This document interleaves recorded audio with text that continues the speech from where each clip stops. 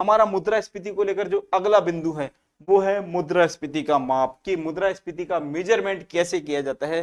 देखिए मुद्रास्फीति के माप के लिए दोस्तों हम ये कह सकते हैं मूल्य सूचकांक का सहारा लिया जाता है। किसका? मूल्य सूचकांक। मूल्य सूचकांक मुद्रास्फीति के माप के लिए मूल्य सूचकांक का सहारा लिया जाता है। और ये मूल्य सूचकांक क्या होता है, हम इसको लिख लेते हैं मूल्य सूचकांक का सहारा, या ये भी कह सकते हैं प्रयोग किया जाता है, सहारा लिया जाता है।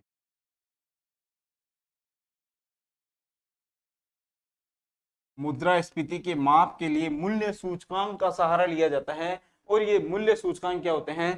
देखिए मुद्रास्फीति की दर में परिवर्तन के जो माप होते हैं, मुद्रास्फीति सूचकांक की हम बात कर रहे हैं।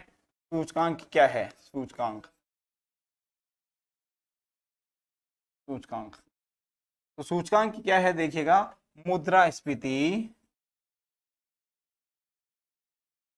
में परिवर्तन,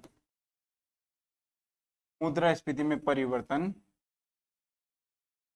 की दर के माप, मुद्रास्फीति में परिवर्तन, मुद्रास्फीति में की दर में, ऐसा लिख लेते हैं, मुद्रास्फीति की दर में, की दर में परिवर्तन की माप,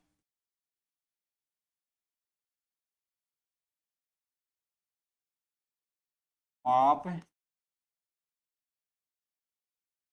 सूचकांक से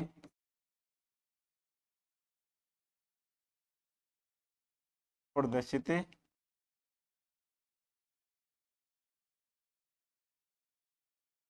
होती है।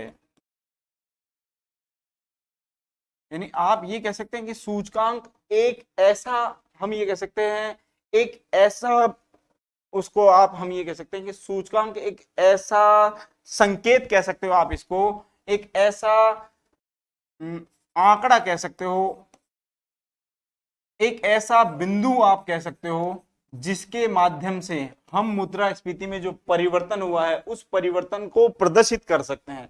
तो सूचकांक एक मद कह सकते हो आप इसे। सूचकांक एक हम ये कह सकते हैं एक ऐसा संकेत कह सकते हो, एक ऐसा आंकड़ा कह सकते हो, एक ऐसा समंक आप कह सकते हो जिसके माध्यम से हम मुद्रास्फीति की दर में जो परिवर्तन हुआ है उसको प्रदर्शित कर सकते हैं। That is clear. अब यहां मुद्रास्फीति की दर को प्रदर्शित करने के लिए भारत में मुख्य रूप से 3 सूचकांक, यानी मुद्रास्फीति में जो परिवर्तन हुआ है, मुद्रास्फीति को मापने के लिए भारत में मुख्य रूप से 3 सूचकांकों का प्रयोग किया जाता है, जिनको वन बाई वन करके हम पढ़ने वाले हैं। देखो जब ये सूचकांक होता है ना, इस सूचकांक का मूल्य, इस सूचकांक का मूल्य, सूचकांक का मूल्य जब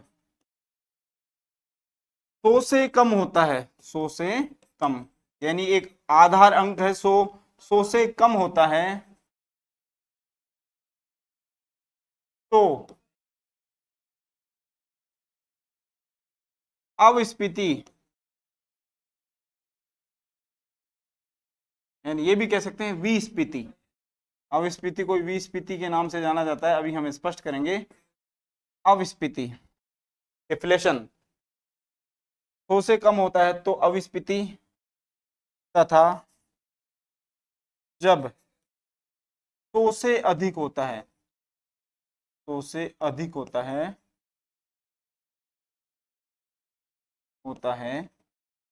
तो मुद्रास्फीति, यस इन्फ्लेशन,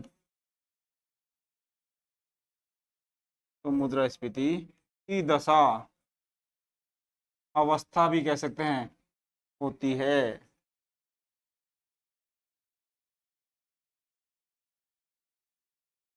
अब कलर चेंज कर लेते हैं हम इसका, सुनिए। देखो यहां हमने कहा मुद्रास्फीति की माप के बारे में हम पढ़ेंगे अब, कि मुद्रास्फीति की माप कैसे की जाती है। मुद्रास्फीति की माप के लिए हम किसका सहारा लेते हैं? मूल्य सूचकांक का सहारा लेते हैं, मूल्य सूचकांक। ये मूल्य सूचकांक क्या होता है? हमने देखा कि एक ऐसा आप इसे मद कह सकते हैं, आप ऐसा एक समंक कह सकते हैं, ये जो मुद्रास्फीति की दर में परिवर्तन की माप के लिए प्रयोग किया जाता है। मुद्रास्फीति की जो दर हुआ है, दर है, उस दर में परिवर्तन की माप के लिए इसका प्रयोग किया जाता है। मूल्य सूचकांक का मूल्य यानी इस सूचकांक का मूल्य जब 100 से कम होता है, 100 से कम होता है, यानी 100 एक बेस पॉइंट है, एक आधार है, इस 100 से कम होता है तो कैसी दशा होगी?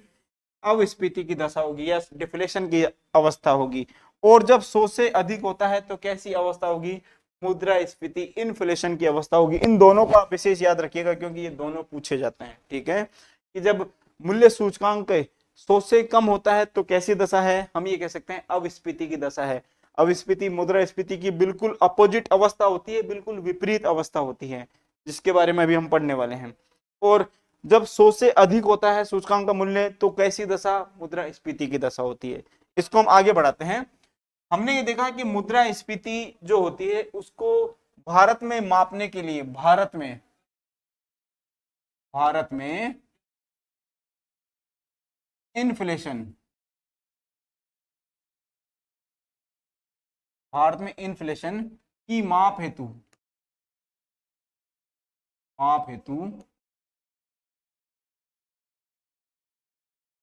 तीन मुख्य सूचकांक, देखिए कई बुक्स में आपको दो मिलेंगे लेकिन तीन अभी हम स्पष्ट करेंगे कौन कौन से होते हैं। तीन मुख्य सूचकांक प्रयोग में लाए जाते हैं।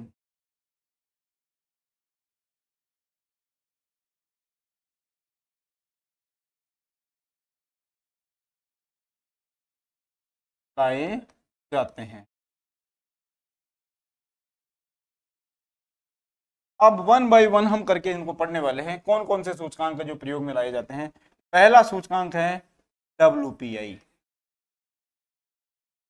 हम इसे कहेंगे, हिंदी में कहें तो थोक मूल्य सूचकांक, थोक मूल्य सूचकांक। WPI का विशेष प्रयोग होता है, नाम ये बहुत कॉमन नेम है WPI, थोक मूल्य सूचकांक। हम इसे, इसकी फुल फॉर्म लिखें तो हम ये कह सकते हैं होल सेल प्राइस इंडेक्स।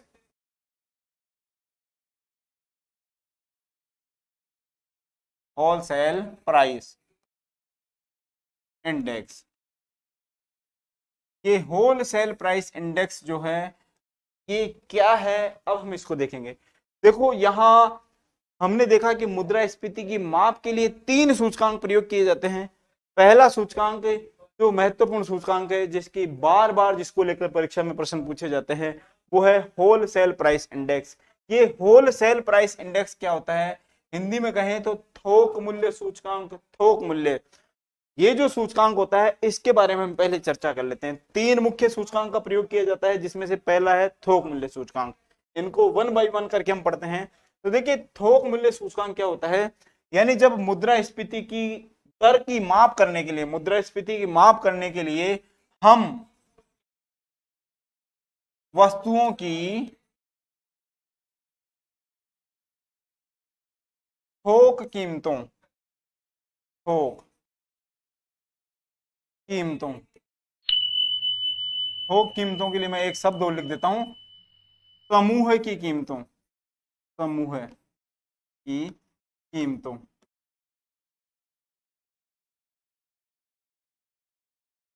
को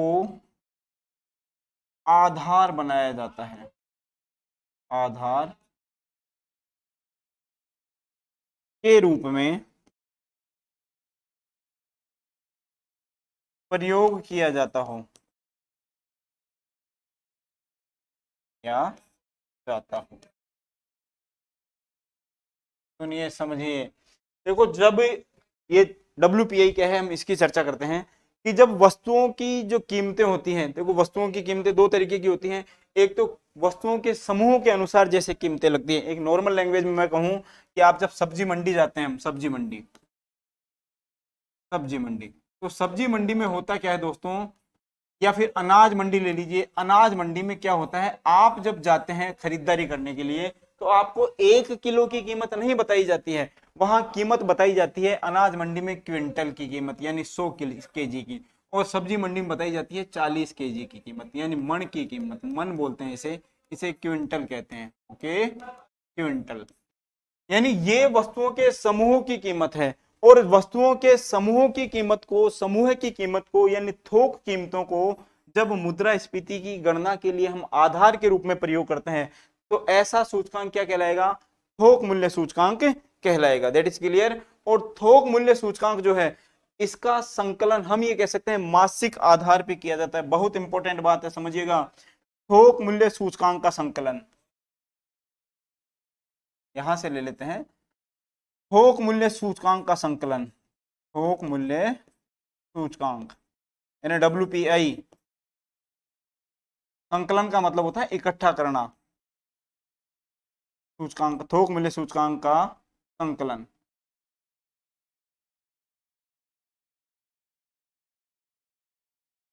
मासिक आधार पर, यस, मंथली बेस पर, मासिक आधार पर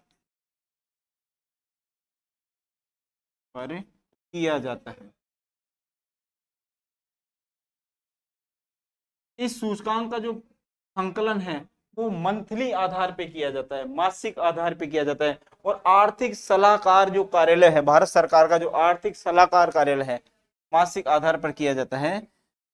संकलन किसके किसके द्वारा किया जाता है? भारत सरकार के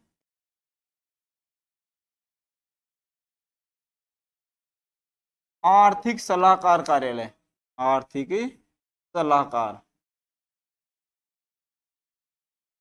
सलाहकार कार्यालय द्वारा। बहुत महत्वपूर्ण बात है कि इसका संकलन किसके द्वारा किया जाता है? भारत सरकार के आर्थिक सलाहकार कार्यालय द्वारा।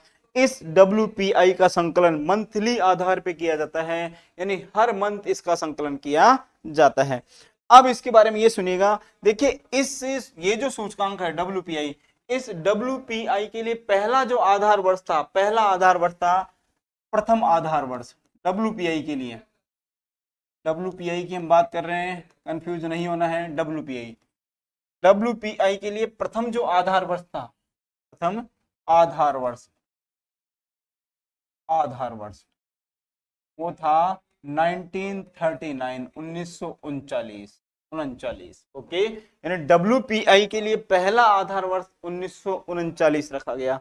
वर्तमान आधार वर्ष की हम बात करें, वर्तमान आधार वर्ष, ये इस आधार वर्ष को लेकर बहुत प्रश्न पूछे जाते हैं। वर्तमान आधार वर्ष, तो वर्तमान जो आधार वर्ष है वो है 2011-12। बहुत महत्वपूर्ण लाइन है कि WPI के लिए वर्तमान में आधार वर्ष कौन सा है? 2011-12 है। बहुत महत्वपूर्ण है ये जो 2011-12 है। वर्तमान आधार वर्ष WPI के लिए वर्तमान जो आधार वर्ष है वो 2011-12 है। हमने कहा पहला आधार वर्ष कौन सा रखा गया? 1939 रखा गया। अब एक महत्वपूर्ण बात और है इसको लेकर कि WPI के लिए जो समूह होता है वस्तुओं का जो समूह होता है, यानी WPI की गणना वस्तुओं के समूह की कीमतों के आधार पर की जाती है। और वस्तुओं का जो समूह होता है, समूह है, इस समूह में कितनी वस्तुएं शामिल है प्रेजेंट में ये देखना है। देखिए वस्तु समूह में, वस्तु समूह है, इसे हम ये भी कह सकते हैं वस्तु बास्केट, वस्तु बास्केट, टोकरी भी लिख सकते हैं, एक ही बात है। वस्तु बास्केट में वर्तमान में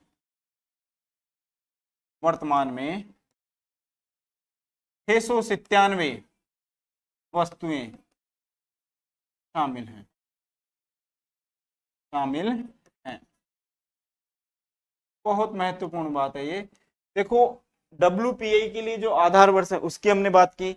अब हमने ये देखा कि ये जो WPI है इसके लिए जब हम मुद्रास्फीति की गणना करते हैं WPI के माध्यम से, तो इसके लिए हमें वस्तुओं के समूह की कीमतों को आधार बनाना होता है। और वस्तुओं का जो समूह है इसे हम वस्तु बास्केट बोल सकते हैं, वस्तु समूह कह सकते हैं। इस बास्केट में वर्तमान में कितनी वस्तुएं शामिल है? इस बास्केट में वर्तमान में टोटल वस्तुएं शामिल है 697। इन 697 वस्तुओं को तीन वर्गों में बांटा गया है, यहां से क्वेश्चन आता है। कि वर्तमान में कितनी वस्तुएं हैं, हमने देखा 697 वस्तुएं हैं, और इन 697 वस्तुओं को कितने समूहों में बांटा गया है, 3 समूहों में बांटा गया है। और 3 समूह में पहला जो समूह है वो है प्राथमिक समूह है, प्राथमिक समूह है, पहला समूह है प्राथमिक समूह, प्राथमिक समूह, प्राथमिक समूह है। इस प्राथमिक समूह में कितनी वस्तुएं शामिल है, इस प्राइमरी समूह में शामिल है 117 वस्तुएं, ठीक है। दूसरा जो समूह आता है वो आता है ईंधन और विद्युत समूह है, ईंधन, ईंधन एवं विद्युत समूह है, यस, विद्युत इलेक्ट्रिसिटी। और इस समूह में टोटल कितनी वस्तुएं शामिल हैं, हम ये कह सकते हैं 16 वस्तुएं शामिल हैं। और तीसरा जो समूह आता है वो होता है विनिर्मित वस्तुओं का, किनका, विनिर्मित, विनिर्मित वस्तुएं, विनिर्मित वस्तु। और विनिर्मित जो वस्तुएं होती हैं, इस विनिर्मित वस्तु समूह में टोटल वस्तुएं हैं 564, 564, 564 वस्तुएं टोटल। आप देख लीजिएगा टोटल हो जाती हैं 697, यानी इस समूह में टोटल 697 वस्तुएं, जिन्हें कितने वर्गों में बांटा गया, 3 वर्गों में बांटा गया, 3 समूहों में बांटा गया।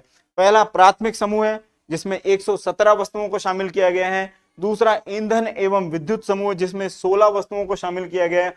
और लास्ट में है विनिर्मित वस्तुएं या विनिर्मित वस्तु समूह है जिसमें कितने को हम ये कह सकते हैं 564 वस्तुओं को शामिल किया गया है। यहां से क्वेश्चन आता है कि WPI जो बास्केट है, होलसेल प्राइस इंडेक्स जो टोकरी है वस्तुओं की, उसमें कितने टोटल वस्तुएं शामिल है वर्तमान में, 697। यहां इस आधार वर्ष को लेके एक बात और बता देता हूं कि ये जो आधार वर्ष है वर्ष 2015 में बदला गया, वर्ष 2015 में बदला गया है, ओके। 2015 में इसमें परिवर्तन किया गया है, उससे पहले ये 2004-5 था, 2015 से पूर्व, 2015 से पूर्व 2004-5 था, 5 था। तो ये आंकड़े आपको कुछ याद रखने हैं कि ये जो पहला आधार वर्ष है WPI, ये 1939 रखा गया। WPI के लिए वर्तमान आधार वर्ष 2011-12 है, और बाकी चीजें आपके सामने लिख दी है। देखिए दूसरी हम बात करें कि दूसरा जो सूचकांक है वो सूचकांक कौन सा है, CPI। दूसरा सूचकांक महत्वपूर्ण सूचकांक है CPI। हम ये भी कह सकते हैं consumer price index,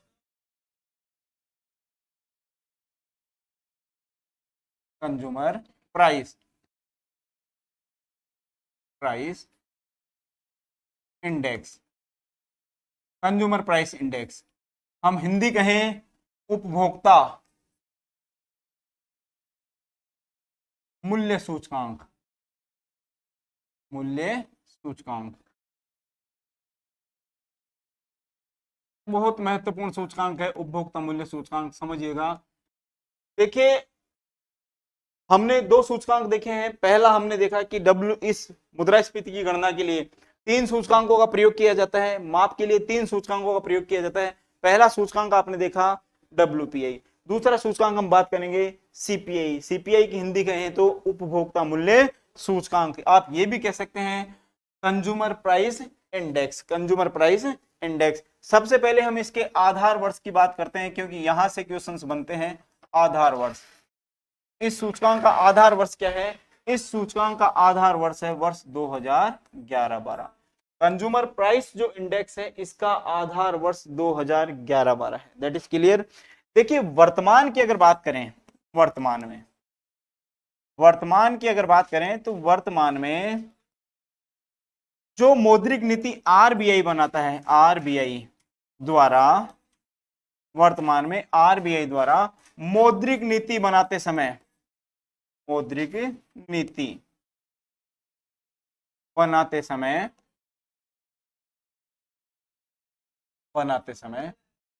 CPI consumer price index, CPI का ही प्रयोग किया जाता है, प्रयोग किया जाता है।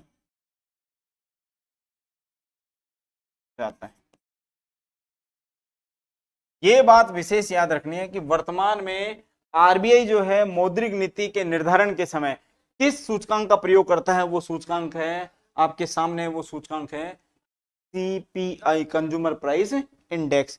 देखो इस सूचकांक में मुख्य रूप से हम ये कह सकते हैं, ये जो सीपीआई है इस सूचकांक में 4 और सूचकांक शामिल होते हैं। इस सूचकांक में यानी सीपीआई में 4 और सूचकांक शामिल होते हैं। इस सीपीआई के अधीन ही 4 सूचकांक और शामिल होते हैं। वो कौन कौन से हैं? पहला हम बात करेंगे सीपीआई आईडब्ल्यू। सीपीआई आईडब्ल्यू लिख लेते हैं हम पहले कि इस सूचकांक में 4 और सूचकांक भी शामिल हैं। सीपीआई पहला है सीपीआई आईडब्ल्यू। आईडब्ल्यू आईडब्ल्यू का मतलब होता है इंडस्ट्रियल वर्कर्स, इंडस्ट्रियल वर्कर्स। दूसरा है हम ये बात करेंगे CPI AL. CPI AL, AL agricultural labour, agricultural labour. तीसरा है सीपीआई आरएल। सीपीआई आरएल जो हम ये कह सकते हैं जो ग्रामीण लेबर होती है, जो रूरल लेबर होती है, उसकी बात हम करेंगे। और लास्ट है CPI UNME. CPI UNME, CPI UNME. देखो ये 4 सूचकांक और हैं जो किसके लिए हम कह सकते हैं, इस सीपीआई के अधीन 4 सूचकांक और है जिनका प्रयोग किया जाता है। पहला है सीपीआई आईडब्ल्यू, सीपीआई एएल है, सीपीआई आरएल है और सीपीआई यूएनएमई है। ये यूएनएमई क्या है? ये श्रमिकेतर श्रमिक है, यानी हम ये कह सकते हैं जो व्यक्ति ग्रामीण क्षेत्रों में श्रमिकों से अलग कार्य करते हैं, श्रमिकेतर हम ये कह सकते हैं। इंडस्ट्रियल जो श्रमिक होते हैं उनसे अलग श्रमिक जो ग्रामीण क्षेत्रों में रहते हैं वो यूएनएमई की श्रेणी में आते हैं। तो यहाँ कितने टोटल सूचकांक हो गए सीपीआई में? सीपीआई में टोटल सूचकांक हो गए 4। और सीपीआई का आधार वर्ष वर्तमान में कौन सा है? 2011-12। अब यहाँ एक एक के बारे में हम देखेंगे। इन सूचकांकों में हम बात कर लेते हैं सीपीआई आईडब्ल्यू की पहले। यानी इस सीपीआई जो सूचकांक है, इस सीपीआई कंज्यूमर प्राइस जो इंडेक्स है, इस सीपीआई में कितने और सूचकांक हैं? हमने देखे कितने और सूचकांक? 4 और सूचकांक है। पहला है सीपीआई आईडब्ल्यू। सीपीआई आईडब्ल्यू पहला, सीपीआई आईडब्ल्यू। ये सीपीआई आईडब्ल्यू क्या है दोस्तों? देखिए सीपीआई आईडब्ल्यू ये जो सूचकांक है ये इंडस्ट्रियल वर्कर्स के लिए यानी औद्योगिक श्रमिकों के लिए है। औद्योगिक श्रमिक हम ये कह सकते हैं कि ये जो सूचकांक है इसका आधार वर्ष, यहाँ सीपीआई आईडब्ल्यू देखो इनके अलग अलग आधार वर्ष हैं। आप ये ध्यान रखिएगा, हमने कहा सीपीआई का अलग आधार वर्ष है और सीपीआई का आधार वर्ष है 2011-12। लेकिन इसी सीपीआई के अंदर अंतर्गत जो और सूचकांक बने हुए हैं उनके भी अलग अलग आधार वर्ष हैं। सीपीआई आईडब्ल्यू का मतलब है इंडस्ट्रियल वर्कर्स, किन श्रमिकों के लिए? औद्योगिक श्रमिकों के लिए उपभोक्ता मूल्य सूचकांक। यहां मैं लिख देता हूं इसकी हिंदी, औद्योगिक, औद्योगिक श्रमिकों हेतु, औद्योगिक श्रमिकों हेतु उपभोक्ता मूल्य सूचकांक। सूचकांक औद्योगिक श्रमिकों हेतु उपभोक्ता मूल्य सूचकांक। इस सूचकांक का जो आधार वर्ष है वो 2011-12 है। इसका जो आधार वर्ष है वो कौन सा है? 2011-12 आधार वर्ष। 2001, 11-12 नहीं बात करेंगे, 2001 इसका जो आधार वर्ष है वो है 2001। यानी हकीकत में देखा जाए तो सीपीआई का आधार वर्ष कितना है? 2011-12। लेकिन इसी सीपीआई के अंतर्गत जो सूचकांक है जिसका हमने उल्लेख किया है, इस सीपीआई में 4 सूचकांक आते हैं। पहला सूचकांक है सीपीआई आईडब्ल्यू यानी इंडस्ट्रियल वर्कर्स के लिए, और इस सीपीआई आईडब्ल्यू का जो आधार वर्ष है वो कौन सा है? हम ये कह सकते हैं 2001। समझिएगा इस सूचकांक का विशेष प्रयोग किसके लिए होता है? जो सरकारी कर्मचारी होते हैं, सरकारी कर्मचारी, सरकारी कर्मचारी या कर्मचारियों कीजिए, सरकारी कर्मचारियों की वेतन वृद्धि में, बहुत महत्वपूर्ण लाइन है, वेतन वृद्धि में इस सूचकांक का प्रयोग, इस सूचकांक का प्रयोग किया जाता है। इस सूचकांक का प्रयोग किया जाता है। यानी बेसिकली ये सूचकांक किसमें प्रयोग होता है? सरकारी जो कर्मचारी हैं, गवर्नमेंट जो वर्कर्स हैं, उन गवर्नमेंट कर्मचारियों की वेतन वृद्धि के लिए सरकार इसी सूचकांक का प्रयोग करती है। दूसरा सूचकांक हम बात करेंगे नंबर बी, नंबर 2। यानी इसी सीपीआई में 4 सूचकांक हैं। देखिए दोस्तों, कंफ्यूज नहीं होइएगा, सीपीआई में कितने मुख्य सूचकांक हैं? 4 मुख्य सूचकांक है। सीपीआई आईडब्ल्यू, दूसरा बात करेंगे CPI AL, CPI AL, consumer price index for agricultural labour, agricultural labour, यानी हम कह सकते हैं खेतीहर श्रमिकों के लिए, खेतीहर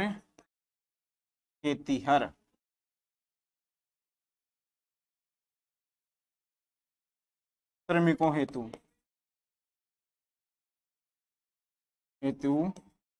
उपभोक्ता मूल्य सूचकांक, उपभोक्ता मूल्य सूचकांक,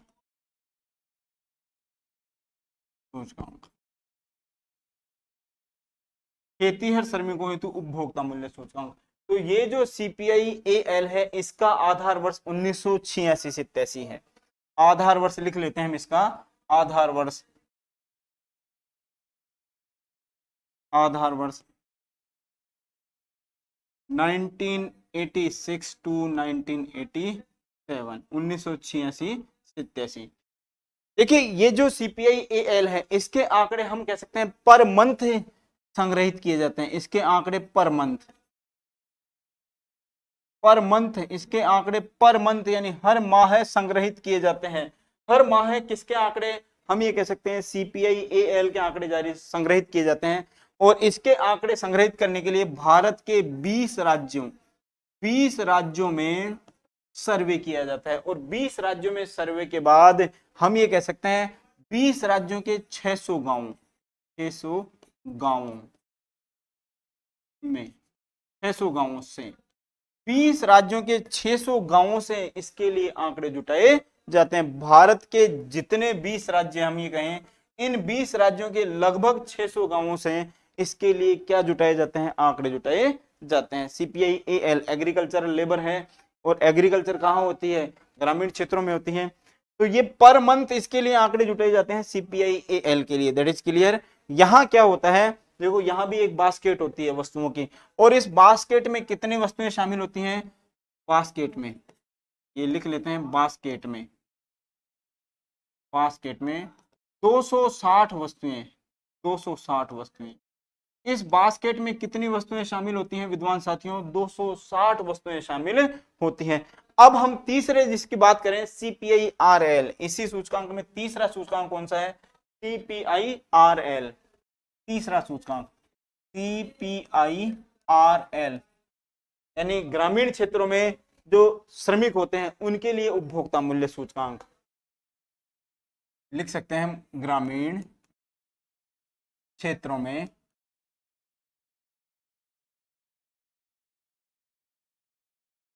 श्रमिकों हेतु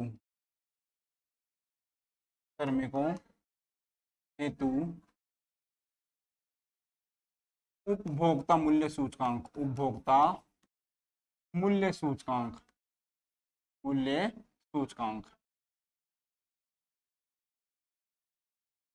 कौन से सूचकांक की बात कर रहे हैं? सीपीआईआरएल, रूरल लेबर्स की बात कर रहे हैं। ग्रामीण क्षेत्रों में जो उपभोक्ता होते हैं, ग्रामीण क्षेत्रों में जो श्रमिक होते हैं, उनके उपभोक्ता मूल्य सूचकांक की बात करेंगे। और इसके लिए भी आधार वर्ष वही है, सेम आधार वर्ष है 1986-87। आधार वर्ष वही है 1986 टू 1987, आधार वर्ष 1986-87। देखिए इसके लिए भी आंकड़े मंथली आधार पर, मंथली, यहां भी आंकड़े किस आधार पे? मंथली आधार पर संग्रहित किए जाते हैं, मंथली आधार पर संग्रहित किए जाते हैं।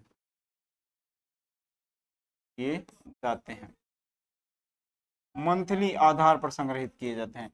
यानी इस सूचकांक के लिए भी जो आंकड़े होते हैं, आंकड़े समंक कह सकते हो आप, आंकड़े किस आधार पे, मंथली आधार पे संग्रहित होते हैं। कौन से सूचकांक के लिए, CPIRL के लिए भी। यहां भी भारत के 20 राज्यों, कौन कितने राज्यों, 20 राज्यों के 600 गांवों से, 20 राज्यों के 600 गांवों से आंकड़े जुटाए जाते हैं,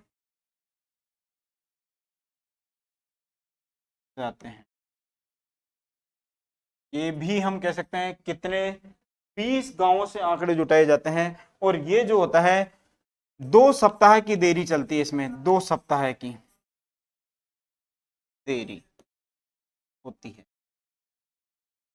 2 सप्ताह की देरी होती है। ओके, देखिए ये हम ये कह सकते हैं सीपीआई के अंतर्गत हम पढ़ रहे हैं इस समय जो अन्य सूचकांक है उनके बारे में। यहां भी हमने देखा कि बास्केट में कितनी वस्तुएं शामिल हैं, वही 260 वस्तुएं बास्केट में, 260 वस्तुएं शामिल हैं।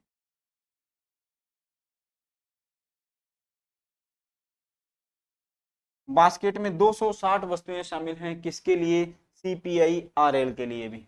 अब लास्ट नंबर 4 देखिएगा, और नंबर 4 है CPI UNME।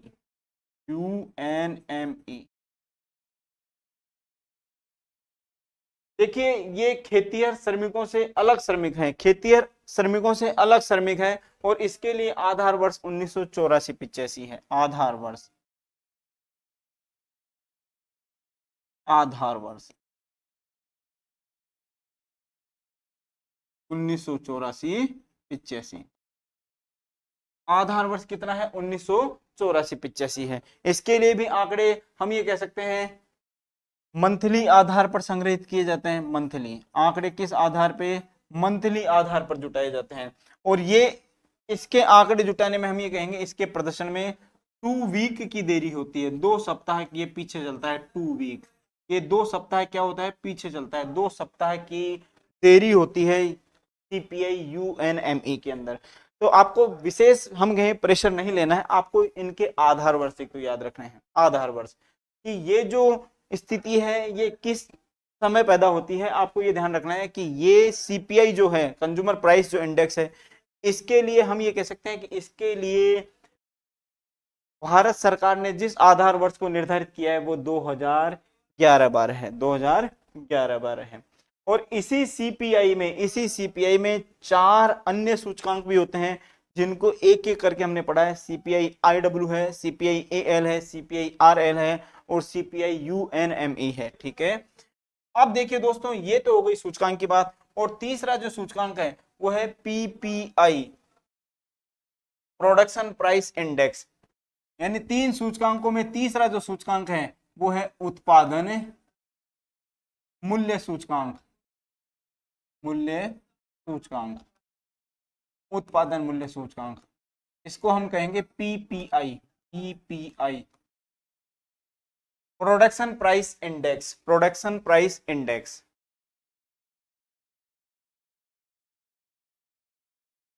Production price index.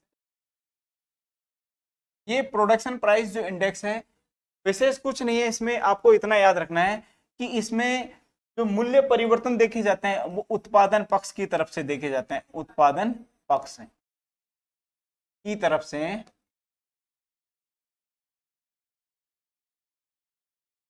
मूल्य परिवर्तन की दर, मूल्य परिवर्तन की दर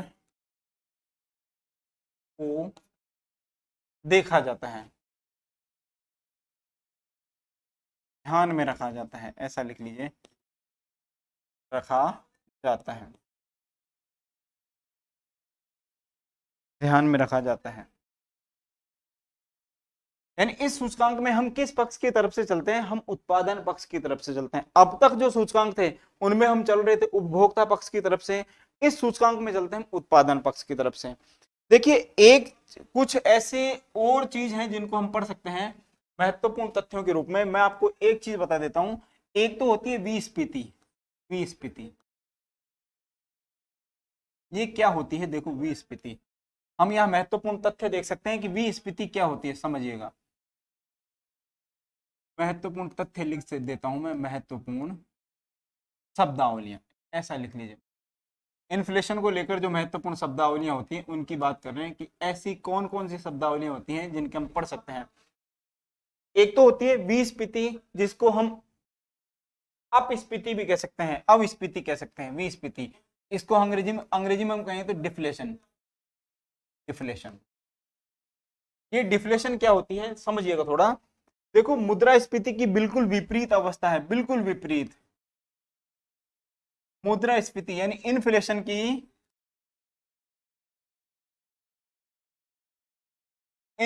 की विपरीत अवस्था है, विपरीत अवस्था है। जैसे मुद्रास्फीति में कीमतें, हम कहें वस्तुओं की कीमतें बढ़ रही थी, इसमें क्या होता है, वस्तु कीमत घटती है, और मुद्रा मूल्य बढ़ता है, प्लस होता है। यानी ये जो विस्फीति होती है, ये अंग्रेजी में इसे कहते हैं डिफ्लेशन। और डिफ्लेशन क्या है, हम ये कहेंगे मुद्रास्फीति यानी इन्फ्लेशन की बिल्कुल विपरीत अवस्था डिफ्लेशन के नाम से जानी जाती है। इसमें होता क्या है कि वस्तुओं की कीमतें तो घटती हैं और मुद्रा का मूल्य बढ़ता है।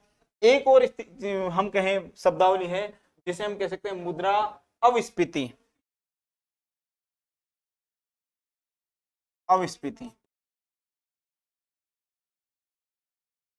अविस्फीति ना कहेंगे, अपस्फीति कहेंगे, अपस्फीति।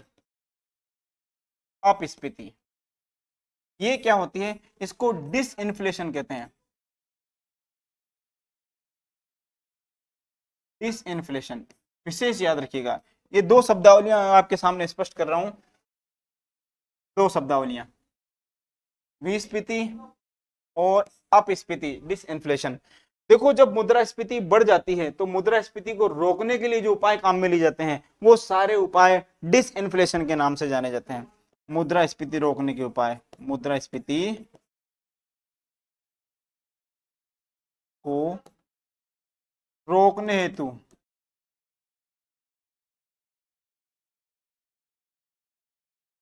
अपनाए गए उपाय,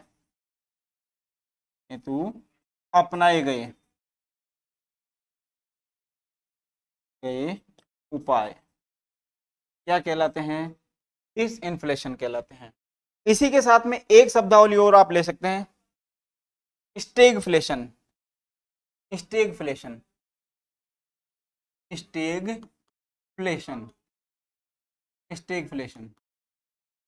यानी ये ऐसी दशा होती है जिसमें बेरोजगारी तथा स्फीति दोनों एक साथ पाए जाते हैं,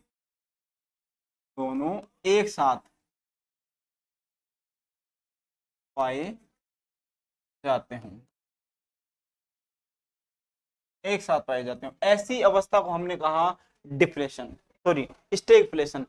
तो स्टैगफ्लेशन क्या है, ऐसी अवस्था जिसमें बेरोजगारी और स्फीति दोनों एक साथ दशाएं पाई जाती हैं, उस अवस्था को हम कहते हैं स्टैगफ्लेशन। तो ये कुछ हमारे शब्दावलियां थी जिनको हमने स्पष्ट किया है, और इस तरीके से विद्वान साथियों दोस्तों आपका जो मुद्रास्फीति है वो कंप्लीट हो जाता है। तो मुद्रास्फीति को समझने के लिए आपको इन वीडियो को थोड़ा विशेष देखना पड़ेगा। देखो मैंने आपको बार बार कहा है कि ये कॉन्सेप्ट होते हैं बहुत इजी होते हैं, बशर्ते हम इनको तरीके से समझें। तो अगर आप तरीके से समझते हैं तो यहाँ कोई भी चीज आपके लिए बड़ी नहीं है, और आप आसानी से अपनी सरकारी नौकरी प्राप्त करने का जो आपने सपना देखा है उसे पूरा कर सकते हैं। B continue, be regular friends, और बी हैप्पी।